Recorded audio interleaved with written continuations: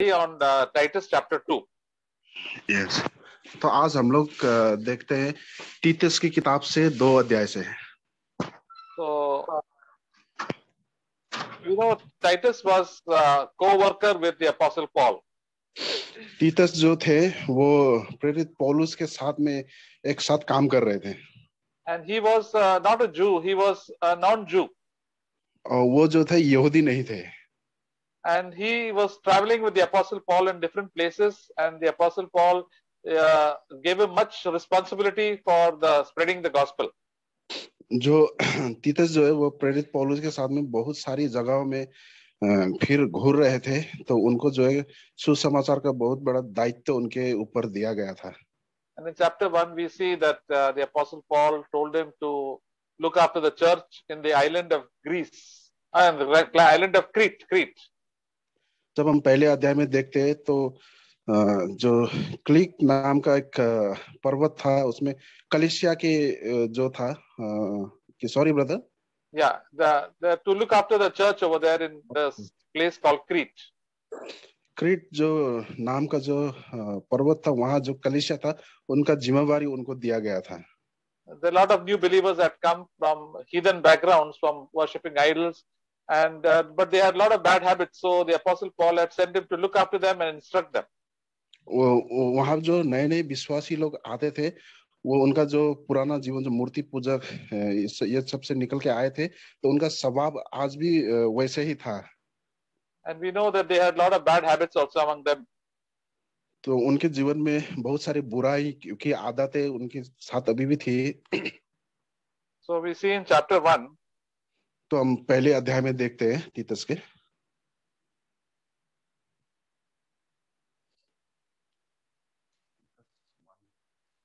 Chapter 1 verse 12.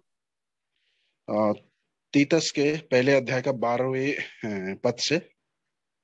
Even one of their own men, a prophet from Crete, has said about them, the people of Crete are all liars, cruel animals, and lazy gluttons.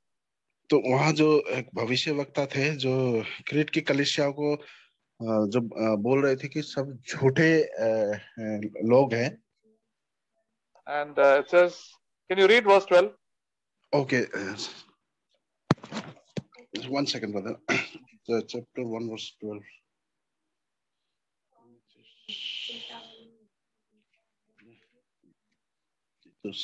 Chapter 1 verse 12.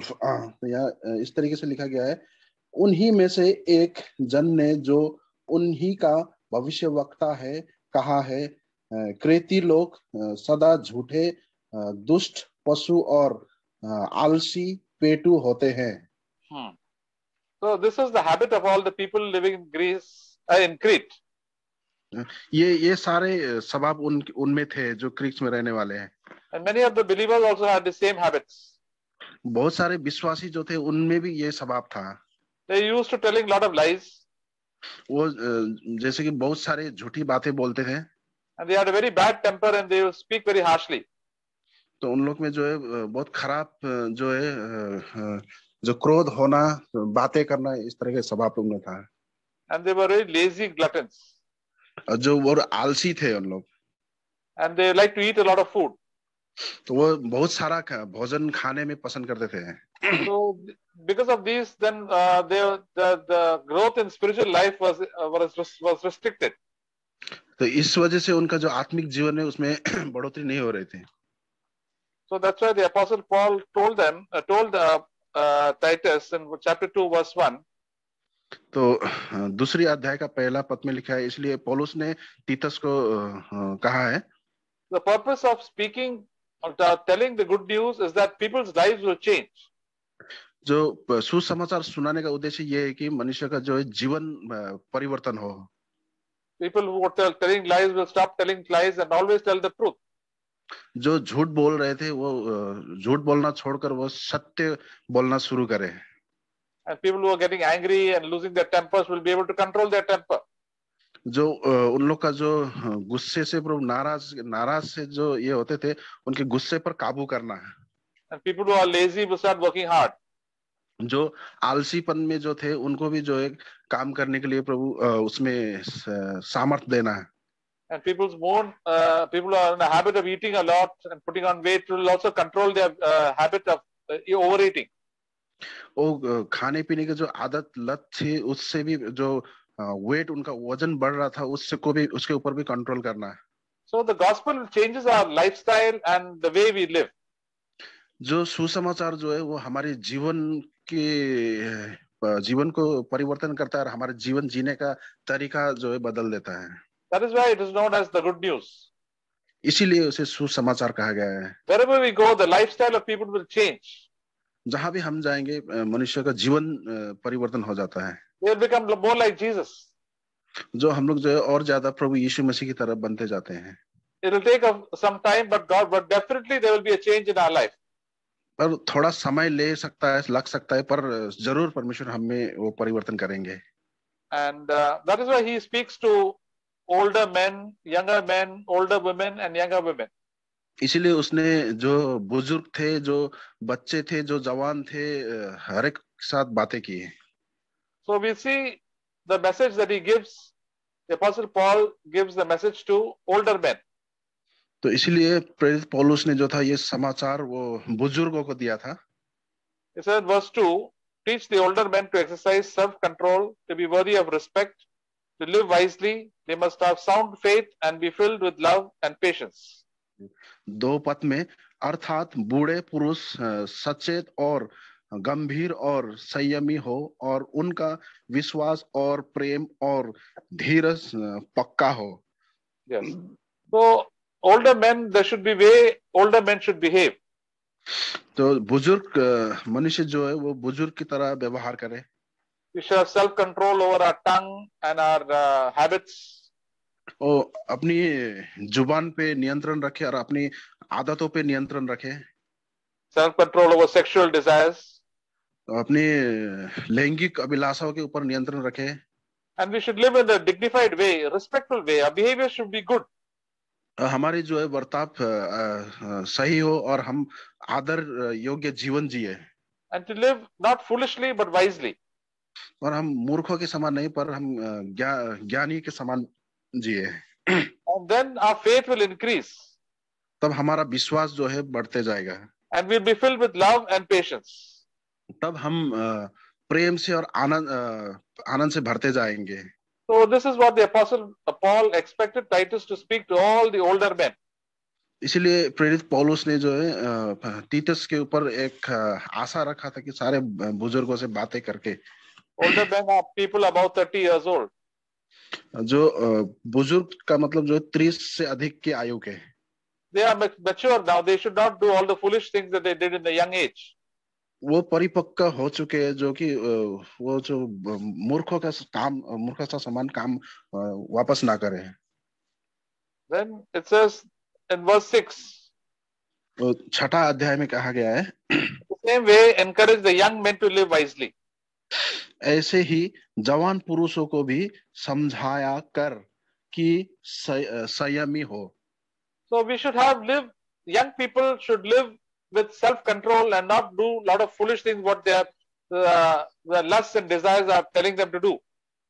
जो जवान पुरुषों से भी कहा गया है वो हर एक को अपने आप में नियंत्रण रखे और जो बेवकूफ वाले काम ना करे.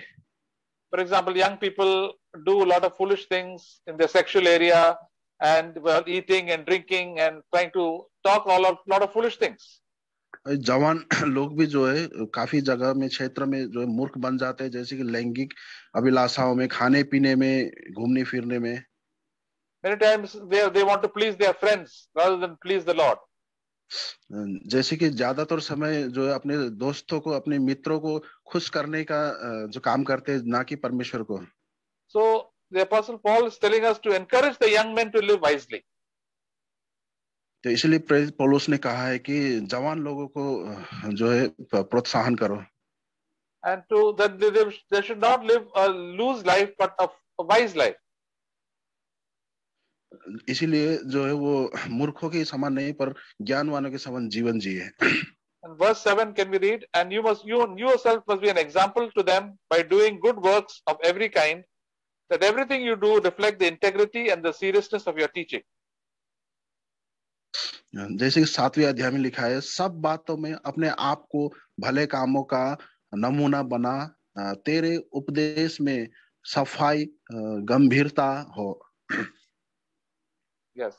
So the Apostle Paul is telling Titus himself the same way he told Timothy that you should be an example of good works. Always do good to everybody whom you meet, as much good as possible. तीतस को कहा है कि तुम उनके लिए एक उदाहरण बनो, And do as much good as possible.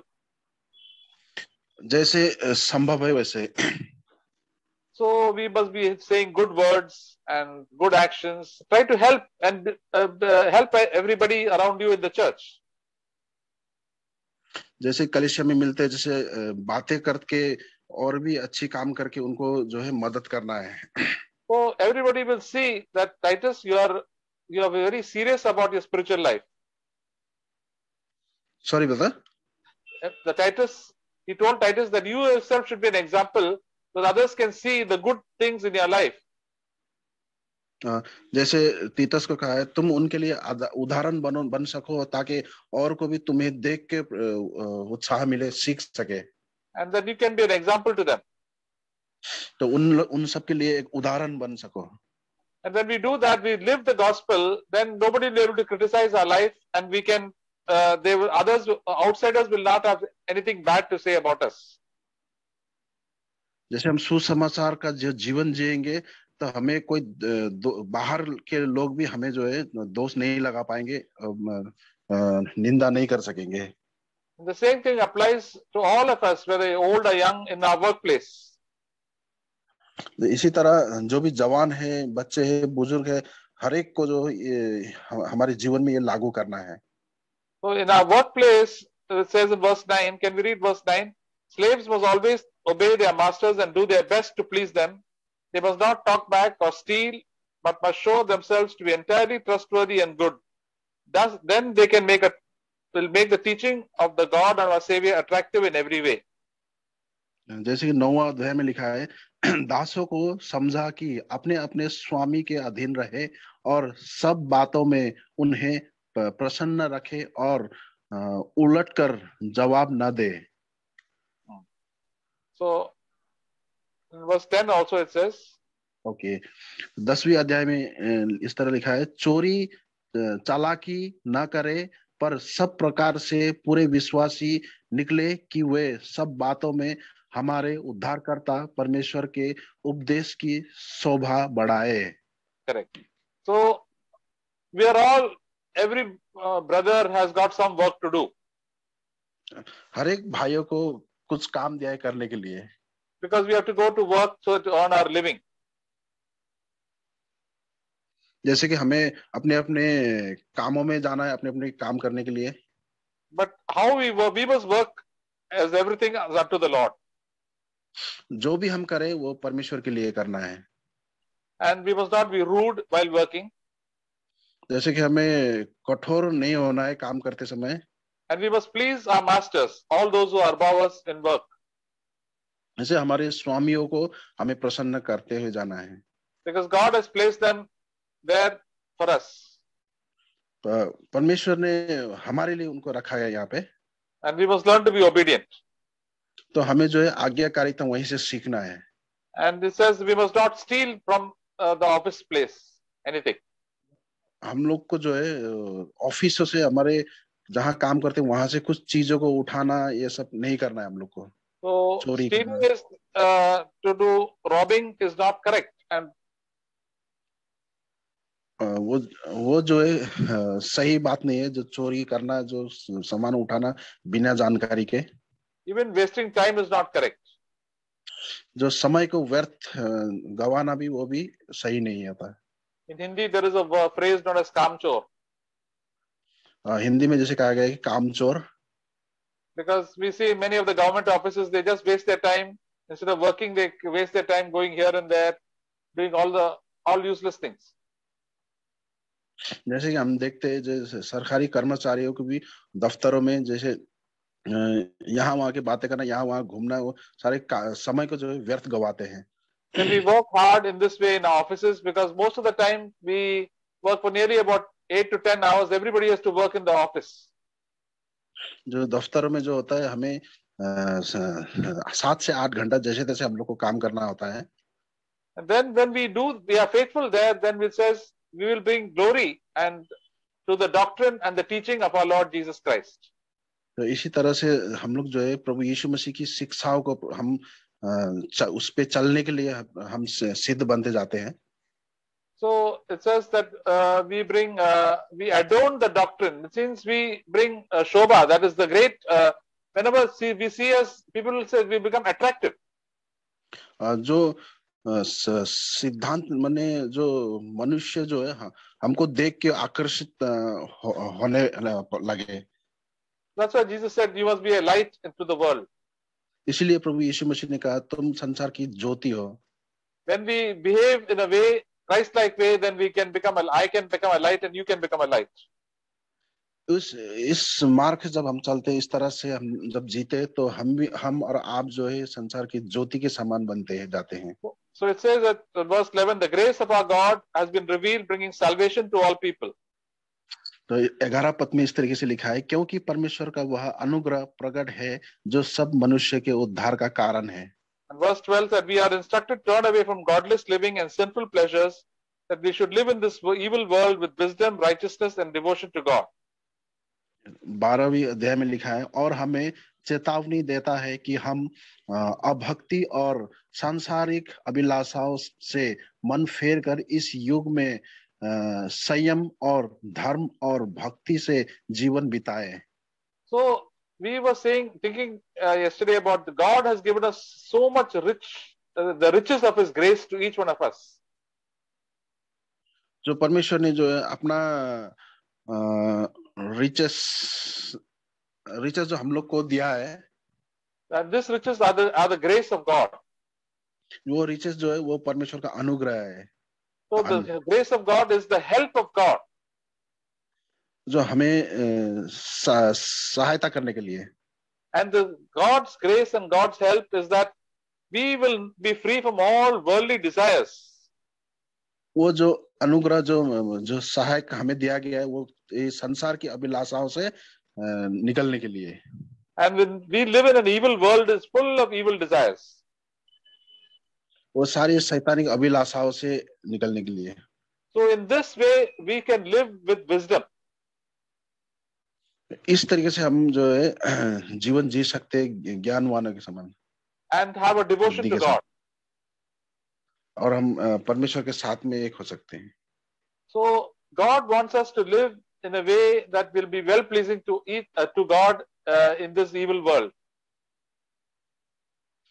जो परमेश्वर हमसे चाहते हैं कि हम इस शैतान का जो ये सारा भरा हुआ इस संसार में, इससे हम बचे. And we are looking for one day when Jesus will come back and we will be there with Him for all eternity. जब हम देखेंगे कि प्रभु यीशु मसीह वापस आएंगे कि हम अनंत जीवन के लिए उनके साथ रहेंगे. For that, all of us have to endure in all these troubles that we'll have in our home, in our workplace, and in the church. जैसे कि हमारी इस दफ्तरों में, ऑफिस में, चर्च में जो भी हमारी समस्या है सबसे हम लोग निकल जाएंगे. This is only for a short time. ये कुछ ही चंद समय के लिए है. So as Brother Zach said, we are living, compared to eternity, our life on this earth only 5 seconds. जैसे अनंत जीवन के साथ अगर हम तुलना करें तो ये हमारे 5 सेकंड के समान है. So we have to be faithful. Doesn't matter for 5 seconds we will endure all the troubles and problems in our life. We have to live for all eternity, for millions of years to come. जो आने वाले जो millennium इसके लिए, अनंत जीवन के लिए प्रभु हमारे ये सब कामों से हम लोग को निकलना है. So let us be faithful in the short time which God has given each one of us. जो जितने छोटे समय जो परमेश्वर ने हमें दिया है उसमें हम लोग जो है विश्वास योग्य होकर निकलना है. When we have hope in God, then all the discouragement will go away. जो हम परमेश्वर में भरोसा रखेंगे, हमारा जो भी नकारात्मक सोच जो है वो सब निकल जाएगा. In the Bible it says that when we take up the armor of God, we have to keep our helmet, a hope of salvation. हमारा जो बाइबल जैसे हमें बताता है कि हमारा उद्धार का टोपा, जो हमारा हथियार जो है उसे बांध लेना है, औजार का टोपा को पहनना है हम लोग को। But always we have to have a positive mind. Yes, God will definitely do something good in this situation. God is working everything for my good in every situation of my life. इसी तरह हम लोग को जो है हमेशा सकारात्मक होना है, जो परमेश्वर हमारे लिए करेंगे ये हमारे लिए हो जाएगा। We see there are every day there are so many problems, and sometimes we do not know how to deal with these problems. तो हर एक दिन जो है कुछ ना कुछ समस्या आते ही रहता है कि हम सोचते कि कैसे हम उससे निपटे। But we commit it to God, having a hope that God will work out everything well for us. जब हम लोग अपना भरोसा परमेश्वर में रखते थे, परमेश्वर सारे चीजों में प्रभु विश्वास योग्य और उससे निकालेंगे। And when we look back, we see how wonderfully God has guided us and changed our life and character also. तो हम देखते हैं कि परमेश्वर कितने सुंदर तरीके से हमारे हमारे जीवन को परिवर्तन करते हैं और हमें निकालते हैं इन सब चीजों से। When we look back, we see how worldly we were and how selfish and how proud we were. But now God has changed us and taken away all those desires and given us new desires, heavenly desires. जब हम देखते पीछे मुड़कर तो हमारे जितने भी सांसारिक अभिलाषा थे, हम कितने बुरे थे, हमारा विचार, वो सारे कुछ हम देखते हैं और परमेश्वर हमें जो है स्वर्गीय विचार, स्वर्गीय इच्छा से हमें भरते हैं। And this is the wonderful grace of God which is done through the gospel. ये एक सुंदर अनुग्रह जो परमेश्वर ने सुसमाचार के द्वारा दिया है, यही है सुसमाचार हमारे लिए। This we can share it to all our friends and to our brothers and sisters in Christ. ये अनुग्रह, ये जो सुसमाचार है, जो हम हर एक भाई बहनों के साथ हम बांट सकते हैं जो मसीह में है। And thus we can be useful to the Lord and we can be co-workers together with the Lord. और हम जो है परमेश्वर के राज्य में काम आए और परमेश्वर के साथ चलने का, परमेश्वर के साथ संग सहभागी होने का ये अवसर मिले। So everywhere, brothers, where we are called to be a light to this world by encouraging people to turn towards God. जो हमें इसी उद्देश्य से बुलाया गया है कि हम संसार का ज्योति बने और जो अंधकार में जो है उनको फेर सके। And God wants us to be an example. तो परमेश्वर चाहते हैं कि हम एक उदाहरण बने। And that's how the Apostle Paul was telling Titus that you must tell people, you must be an example so that others also can follow you. तो इसलिए प्रेरित पौलुस ने तीतस से कहा था कि तुम एक उदाहरण बनो ताकि लोग तुम्हें देखकर तो उदाहरण बन सके। All older men, younger men, and all of us who work in offices. जो जवान है, जो बुजुर्ग है, जो बच्चे जो दफ्तरों में काम करते हैं। So this is how our lifestyle will change. जो हमारे जो जीवन शैली है वो बदल जाएगा। Amen. आमीन। Can we hear Brother Ratnaswamy speak, and then others can share also what we encouraged, how we are encouraged also through the Word of God.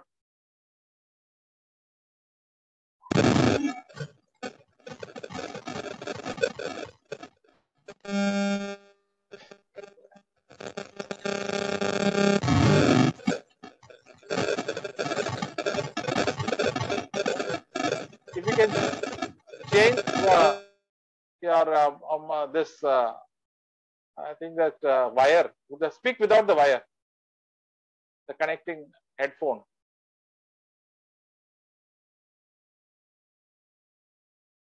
Hello.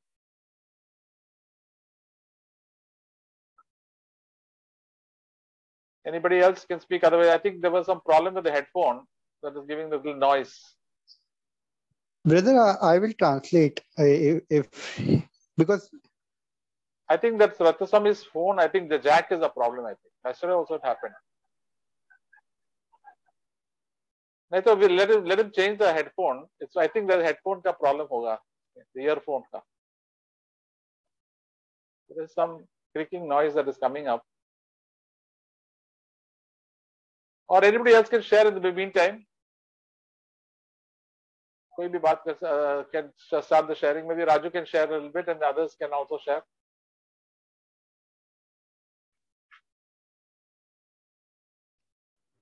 मैं परमेश्वर का आभारी हूँ, धन्यवाद देता हूँ उनके द्वारा भी मुझे परमेश्वर ने तीतुस के अध्याय से भी बहुत कुछ सीखने मिलता है। तो वचन में बताता हूँ 2 में 14, जिसने अपने आप को हमारे लिए दे दिया कि हमें हर प्रकार के अधर्म से छुड़ा ले और शुद्ध करके अपने लिए एक ऐसी जाति बना ले जो भले भले कामों में सरगम हो।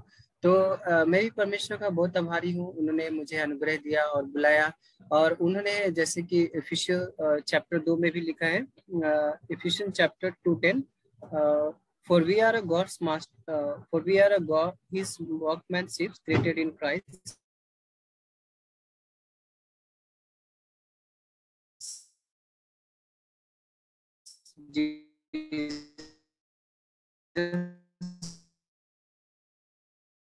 पहले से हमारे लिए करने के लिए तैयार किया है। तो मैं देखता हूँ प्रभु ने मेरे जीवन में भी पहले मैं जीवन पूरी तरह से हर प्रकार के बुराई, अलग अलग जो परमेश्वर के विरुद्ध है और जो खुश नहीं करता उनके जीवन को, और वो सब कामों में मैं लगा हुआ था। लेकिन अभी प्रभु ने मुझे एक नया दिल दिया है, नया मन दिया है, और भले भले कामों में लगे रहने के लिए हमेशा तैयार रहना है। भला काम पहले तो कुछ दिल भी नहीं रहता था, नहीं, प्रभु ने जब अनुग्रह दिया, पवित्र आत्मा दिया, तो अभी भाई बहनों के लिए प्रार्थना करने का दिल देते हैं। और परमेश्वर बोलते हैं यदि कोई किसी फैमिली में बीमार है या दुख में जा रहा है तो उनके लिए पे दया रखो और प्रार्थना करो, और प्रभु के वचन पढ़ने के लिए दिल देते हैं। ये सब भले भले काम घर में छोटा मोटा, प्रभु कहते हैं कि घर अभी गंदा है उसको साफ करो, बर्तन बराबर नहीं है उसको साफ करो, और देखो भाई दुख में है, शायद मदद मांगते हैं, उनके पास जाओ, उनकी सहायता करो। तो परमेश्वर इस सब दिल हमेशा ओवरफ्लोइंग रखते हैं कि मसीह में अब हम पुराने मनुष्यत्व के लिए मर गए हैं, अब हम नई सृष्टि है, नई रचना है, और प्रभु के स्वभाव में ही हमें बदलते जाना है। प्रभु प्रेरित में भी पौल ने भी बताया कि किस प्रकार से प्रभु ने भले भले काम करते गए, और तो उसी प्रकार से प्रभु ने मुझे प्रोत्साहन देते तीतुस के अध्याय से कि हमें हमेशा भले भले कार्यों में हमेशा तत्पर रहना चाहिए, और शैतान को हमें सामना करके उसे भगा देना चाहिए, क्योंकि शैतान हमेशा कभी भी हम भले काम, प्रभु की स्तुति धन्यवाद देते, वो हमेशा निराश होता है, उसको पसंद नहीं है। लेकिन प्रभु हमेशा प्रोत्साहन देते, जैसे जोशुआ भी केलब के टाइम में क्या हो गया था, वहां जब युद्ध करने जा रहे थे तो वो बोले कि वो लोग बहुत ज्यादा लोग हैं, मजबूत है, लेकिन केलब जो था प्रभु में मजबूत था, बोला नहीं प्रभु हमारे साथ है, वो निराश नहीं उन बातों से। तो हमें भी भले कामों करने में तत्पर रहना चाहिए। और प्रभु ने कहा रोमियो के अध्याय में 6:13 में लिखा है, और न अपने अंगों को अधर्म के हथियार होने के लिए पाप को सौंपो, पर अपने आप को मरे हुए में से जी उठा हुआ जानकर परमेश्वर को सौंपो, और अपने अंगों को धर्म के हथियार होने के लिए परमेश्वर को सौंपो। तो पहले मैं स्लेव ऑफ अनराइचियस, मतलब पहले मैं अधर्म के लिए था, लेकिन अभी प्रभु ने मुझे नया दिल दिया है, और हर एक भले कामों के लिए प्रभु ने कहा तत्पर रहो, क्योंकि मुझे एक दिन हिसाब देना है और एक दिन खड़ा भी उनके सामने होना है। तो उस समय प्रभु के भय में मुझे चलते रहना है। तो ये, और वो हम लोग जानते हैं रूत के अध्याय में बोअज के बारे में जानते हैं। तो बोअज के अध्याय में भी मैं देख रहा था किस प्रकार से बोअज का बहुत रूत के प्रति कैसा व्यवहार था। वहां पे लिखा है रूत के अध्याय 3:11 में, इसलिए अब हे मेरी बेटी मत डर, जो कुछ तू कहेगी मैं तुझसे करूंगा, क्योंकि मेरे नगर के सब लोग जानते हैं कि तू भली स्त्री है। तो यहाँ पे मैं भी देखता हूँ कि बोअज ने कभी भी उसका रूत के फायदा नहीं उठाया, उसने उसके साथ भला ही किया, और वो रूत भी प्रभु के लिए सब कुछ छोड़ के पीछे चली गई थी। तो इसलिए प्रभु ने प्रोत्साहन दिया कि हमेशा हमें दयावंत रहना चाहिए, भला रहना चाहिए, किसी के प्रति हमें बुरा विचार नहीं रखना चाहिए, और प्रभु के लिए धन्यवादी रहना चाहिए। प्रभु का धन्यवाद देता हूँ आप। Amen. Brother, now hearing? Yes, now it's good. Okay. Praise the Lord. Thank you. I thank God for today's encouraging words. Who's that? Ritik, you can translate? Ritik? Anybody can translate? Yeah, I can translate. Yeah, brother, continue. Yeah. The recent Brother Zach meeting, I was blessed very much. और हाल में ही जो भाई Jack के द्वारा जो संदेश हुआ था, उसके द्वारा मैं बहुत ही प्रोत्साहन हुआ। we often hear that 1 Peter chapter 5 verse 5, और God gives या grace to the humble. और हम अक्सर पहला पत्रस अध्याय 5 वचन 5 हम सुनते हैं कि प्रभु जो है जो नम्र लोग हैं उनको अनुग्रह देते हैं। Grace is the gift of God. और अनुग्रह जो है परमेश्वर का दिया हुआ दान है। Grace is the finest gift of all things. और प्रभु का जो अनुग्रह है वही सबसे अद्भुत है और वही सबसे महत्व है जो हमारे जीवन में दिया गया है। It is the greatest of all riches, gold and silver, everything. और ये सोना चांदी और हर महान वैभव से भी बढ़ के है। If you are live in grace, it prepares us the eternity. और अगर हम प्रभु के अनुग्रह में जीते हैं तो ये हमें अनंत मार्ग की ओर ले जाता है। So please read brother 1 Timothy chapter 1 verse 15.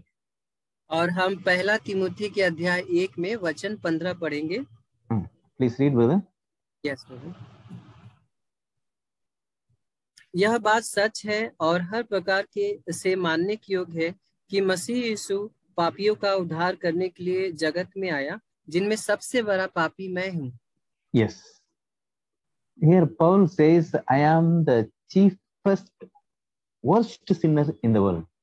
और यहाँ पे प्रेरित पौलुस बताते हैं कि मैं पापियों में सबसे बड़ा पापी हूँ, बेकार पापी हूँ। This we heard in our church many times, and I also read many times.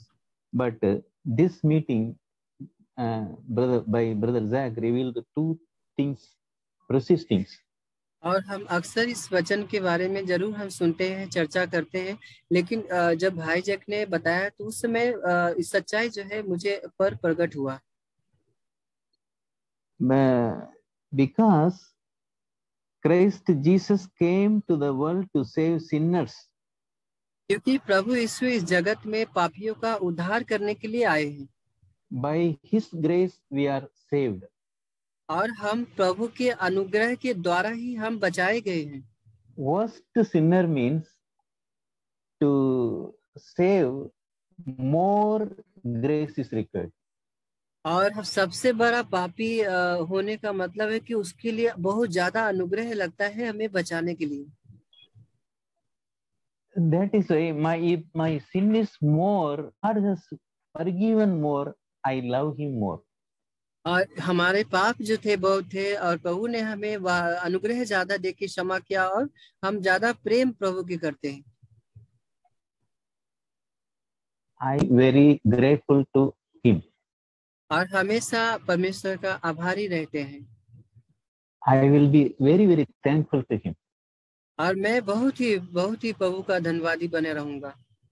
Second thing is, दूसरी बात है, worst sinner, God has forgiven all my sins by His grace. So I will also be merciful to any person in the world.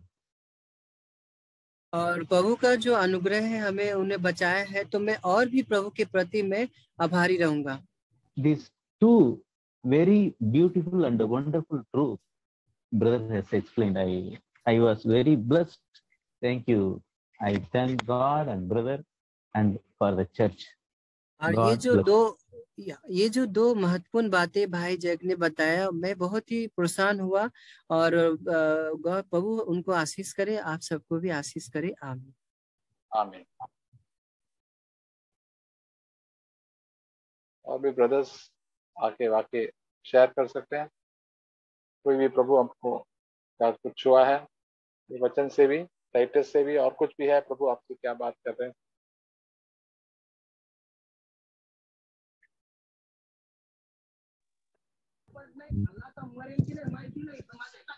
प्रभु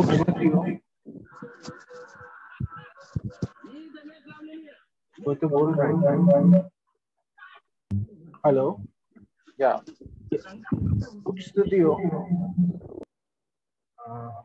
मुझे प्रभु ने काफी कुछ दिनों से ये बताया। सॉरी ब्रदर, बाय मिस्टेक हुआ, प्लीज यू कैन ऑन।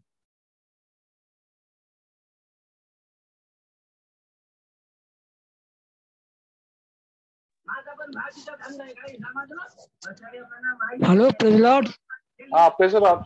हाँ, प्रभु का वचन आज सुन रहा। हाँ, सुनने का आता है। आपका पीछे पीछे कोई चिल्ला रहा है। नहीं, कोई नहीं। कुछ आवाज आ रहा है। नहीं, ठीक है, ओके बोलो। हेलो। हाँ बोलो, अभी क्लियर है।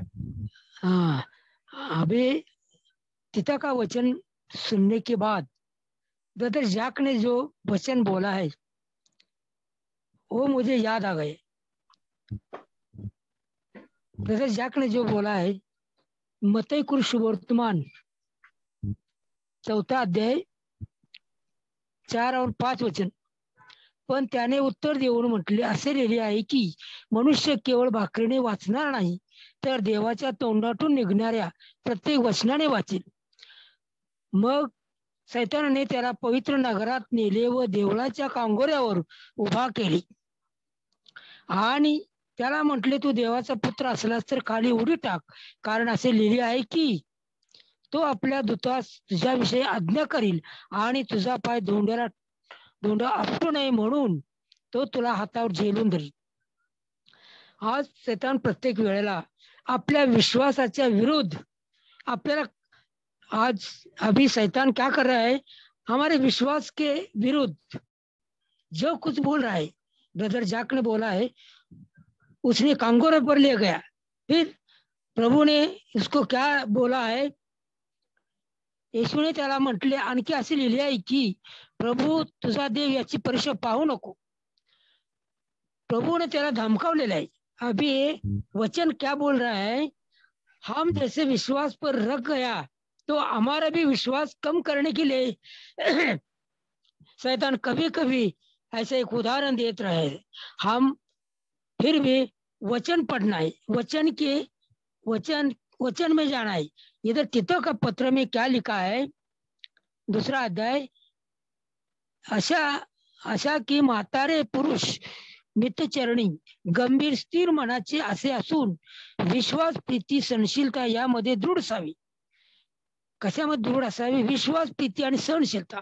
अभी क्या हो रहा है, अभी एक काल में हमारा विश्वास बढ़ाने के लिए कुछ गोष्ठी हमारे सामने आ रहे हैं. इसलिए हम हमारा प्रभु का उदाहरण, पौल बोलता है ना, मेरा अनुकरण करो. पौल बोल रहा है मेरा अनुकरण करो. और तीता ने क्या किया है, पौल का अनुकरण किया है. पौल जैसा जाके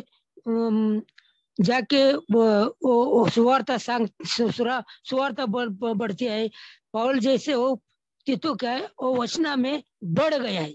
अब हमारे इस काल में वचन में बढ़ना है. प्रत्येक गोष्ट हम वचन के लिए क्लेम करना है.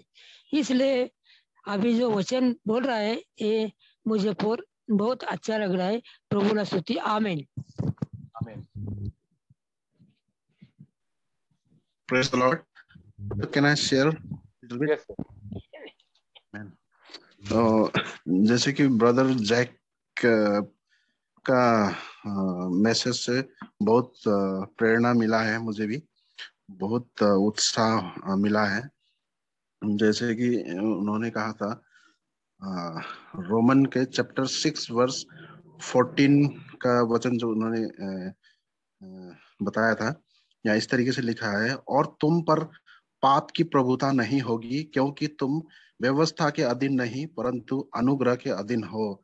तो यहाँ इस तरीके से लिखा है. तो आज हम में से पाप होता है कि नहीं, तो हम जो अनुग्रह के अधीन में जो है, तो अपने आप को हम जांच लेते हैं कि हम सच में अनुग्रह में है. हमारे जो अनुग्रह का खाता जो है, बैंक का खाता जैसे होता है, वो अनुग्रह का खाता में हम लोग का कितना जमा है, तो उस चीज को हम लोग जांचना जरूरी है. और इसके रेफरेंस में ब्रदर ने और एक वचन दिया था, पहला पत्रस 5 अध्याय का 5वां पद में यहाँ इस तरीके से लिखा है, इसी प्रकार हे नौ युवकों, तुम भी प्राचीनों के अधीन रहो, वरन तुम सब के सब एक दूसरे की सेवा के लिए दीनता से कमर बांधे रहो, क्योंकि परमेश्वर अभिमानियों का विरोध करता है परंतु दिनों पर अनुग्रह करता है। तो उन्होंने जैसे हम लोग क्रिश्चियन लाइफ का जो विश्वासी का जीवन जीने का जो सीक्रेट चाबी जो उन्होंने बताया, जो हमें जो है अनुग्रह से ही हम बच सकेंगे। और एक ब्रदर ने एक वीडियो शेयर किया था पिछले दिनों में, जो ब्रदर डेविड सावन ने ऐसा कुछ था, उनका वीडियो में एक मैसेज था कि जो one safe and always safe आजकल बहुत प्रचार हो रहा है बहुत सारे कलीसियाओं में। तो सिर्फ विश्वास करना है, बाकी सब प्रभु यीशु मसीह हमारे लिए सब कुछ कर चुके हैं। तो इस तरीके का टीचिंग आज बहुत फैल रहा है सारी चर्चेस में, कलीसियाओं में। तो हमें आगे कुछ करने का जरूरत नहीं, इस तरीके से सिखाया जाता है, जो कि गलत है। कि बाइबल हमें सिखाता है कि हमारे पाप के लिए प्रभु यीशु मसीह ने कलवरी क्रूस पर लहू बहाया और हमारे सारे पापों को क्षमा किया। पर आने वाले दिनों में हम पाप नहीं करेंगे, इसका क्या गारंटी है? पर हमें इसके लिए परमेश्वर का अनुग्रह में निरंतर रहना, परमेश्वर का अनुग्रह निरंतर होना हमें बहुत जरूरी है। जो अनुग्रह नहीं है तो वो नहीं बच पाएगा उनके न्याय से। तो हमें अनुग्रह पाने के लिए जो है ब्रदर जैक ने जैसे कहा था कि उसका चाबी जो है वो हमें जो है दिन और नम्र होना है, एक नंबर बात।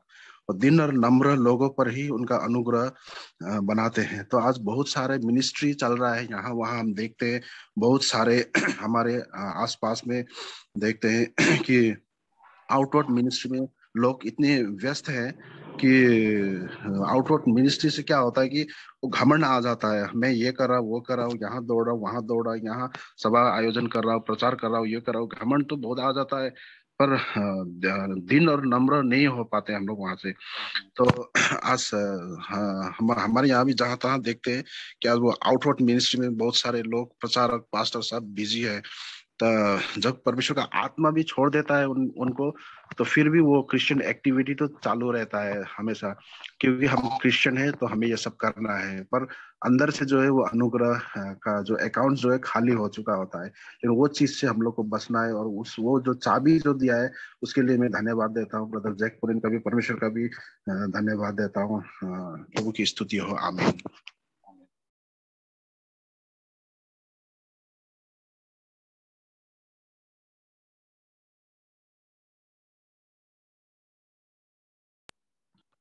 प्रभु की स्तुति हो। जो ब्रदर अभी बोले अबाउट मिनिस्ट्री एंड ऑल, तो मैं उसी के ऊपर शेयर करने वाला था कि मतलब जब भी मैं अपना क्रिश्चियन लाइफ शुरू किया उसके पहले, जब मैं अपने दूसरे देश में था पिछले चर्च में, तो जब जो चर्च मिनिस्टर जो थे वो लोग प्रीच करते थे गॉस्पेल। गॉस्पेल मतलब हमें बताते थे कि 10 कमांडमेंट्स ऐसे हैं, ये है वो है करके। तो मुझे बचपन से एक मन था कि मैं क्रिश्चियन मिनिस्टर बनूं, अपने चर्च में एक मिनिस्टर बनूं, लोगों को प्रीच करूं, लोगों को बताऊं कि हमें ऐसे ऐसे करना है। और जब मैं सीएफसी में आया तो मुझे उससे पहले भी 9th या 10th में मुझे पवित्रता का जीवन जीना था। लेकिन मेरे को अभी लग रहा है कि बचपन से मुझे एक आदत ये थी कि ना मैं पुलपिट से प्रीच करूं, मैं एक मिनिस्टर बनूं, ऐसे करूं। और पिछले कुछ हफ्तों से या पिछले कुछ महीनों से जब से मैंने काफी टाइम से शेयर नहीं किया, तब मैं प्रभु बता रहा था कि ना, और इवन आज भी बताया प्रभु कि तुम चर्च में कोई पोस्ट सीख मत कर, चर्च में कोई तुम्हें ऑनर सीख मत कर, चर्च में कोई सीट सीख मत करना।